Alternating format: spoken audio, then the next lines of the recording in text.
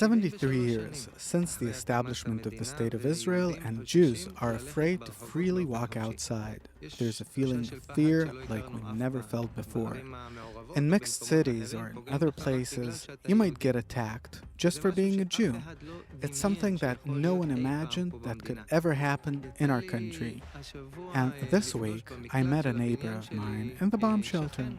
He's 14 years old, we got to talk a bit, and we came to the conclusion that after all the commentaries, from right, from left, no one has any idea how did we get where we are. And I wanted to ask you, Dr. Laitman, how did we come to this hallucination?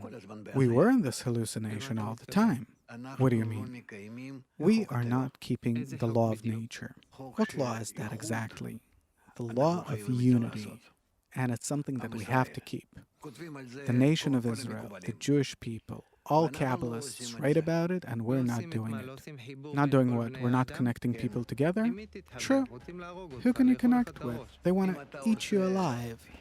If you create connection between the people of Israel, by that you bring connection to all the nations of the world. So we're zooming into ourselves now. Right. So I don't have to connect with all the people, but I have to connect with all the Jews? Right. But you have to understand that the well-being of the world depends on you.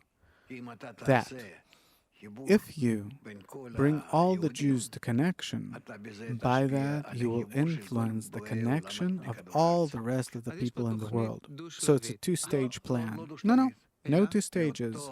In that very act of connecting all the Jews, I also bring connection to all the nations. And this coincides with the law of unity that you talked about? Yeah. When you say law, what do you mean? That it's like the law of gravity? It is the law of nature. Okay, it's a law of nature. Great. Now, I want to share what I feel. A few months ago, when we had the third round of elections, I had a feeling that we'll have a fourth round. And the people that I talked to, they're talking in terms of the country's falling apart, the country's paralyzed, meaning what? That we never ever, in this country, despite all the struggles between right and left, and we're used to all those things, but such a paralysis of hate, we never had something like this before, and I had a feeling that something bad's gonna happen. Everyone had that feeling, but no one could imagine that something like this might happen. How do you see these things? Is there a connection? Of course there is. It all depends on our connection. Whether it's politics or anything else, doesn't matter. All the disasters that happen and that will happen to the people of Israel, if we'll keep behaving the way that we do, there's just one reason for all of it: our hate.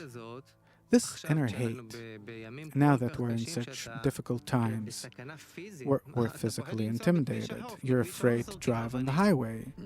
You might get thrown rocks at. By mistake, you can take a wrong turn and you might be lynched, you, your children, with knives, with bats, with who knows what. Now, the situation is a real disaster. And in this state, the divide is growing even more. Why? Because if, for example, you're a leftist and I'm a rightist, I am sure that you're endangering my children, you're putting them in a life-threatening situation, and you're sure that your children are in a life-threatening situation because of me, meaning it increases the intensity of the dispute. True, so we're moving further away from the law of unity. Of course, there's no greater hate between people than inside the nation of Israel. I want to look at things from the Arabs' point of view. They're all as if uniting and are becoming one nation that are sympathizing with their brothers' problems. Now, not long ago here in Israel, we had the disaster on Mount Meron, and we heard people saying, we and the ultra-Orthodox Jews were not even from the same nation. It's their problem. What does the divide within the Jewish nation as opposed to the unity in the Arab nation show us?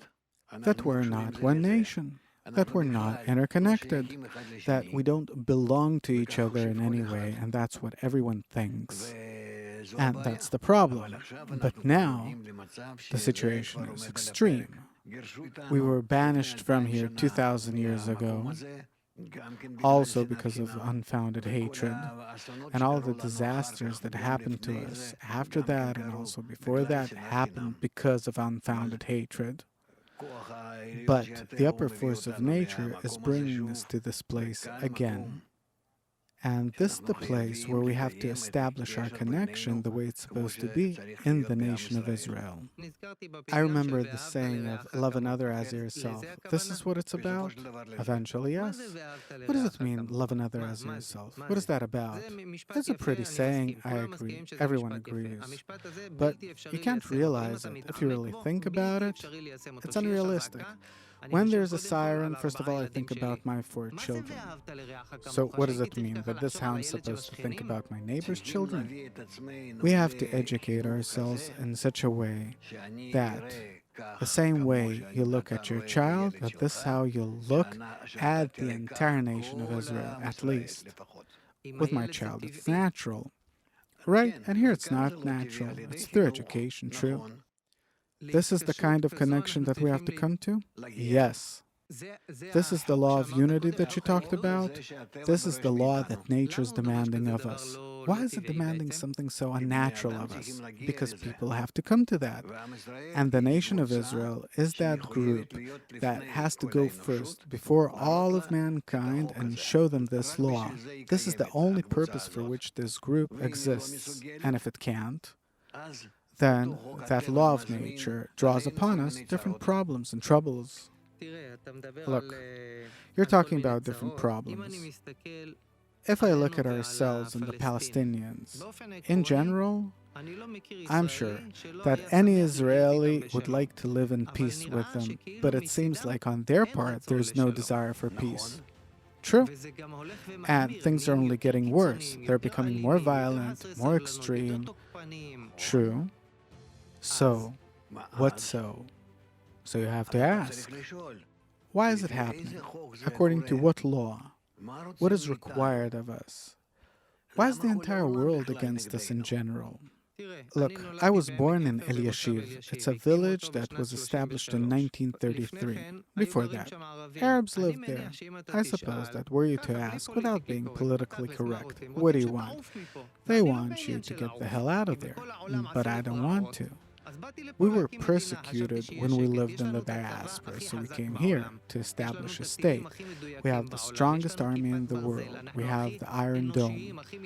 We're the most humane considered army in the world. We make sure that everyone's evacuated from a building before we have to bomb it because we have no other choice. What else? You have to cause connection. Bring about connection between all Jews. But my enemy, forget about your enemy. I never told you to go to the Arabs and hug them and work on your relationship and reconciliation.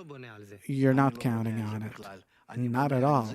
What I am counting on is that the nation of Israel inside itself has to reach a state where all of Israel are friends.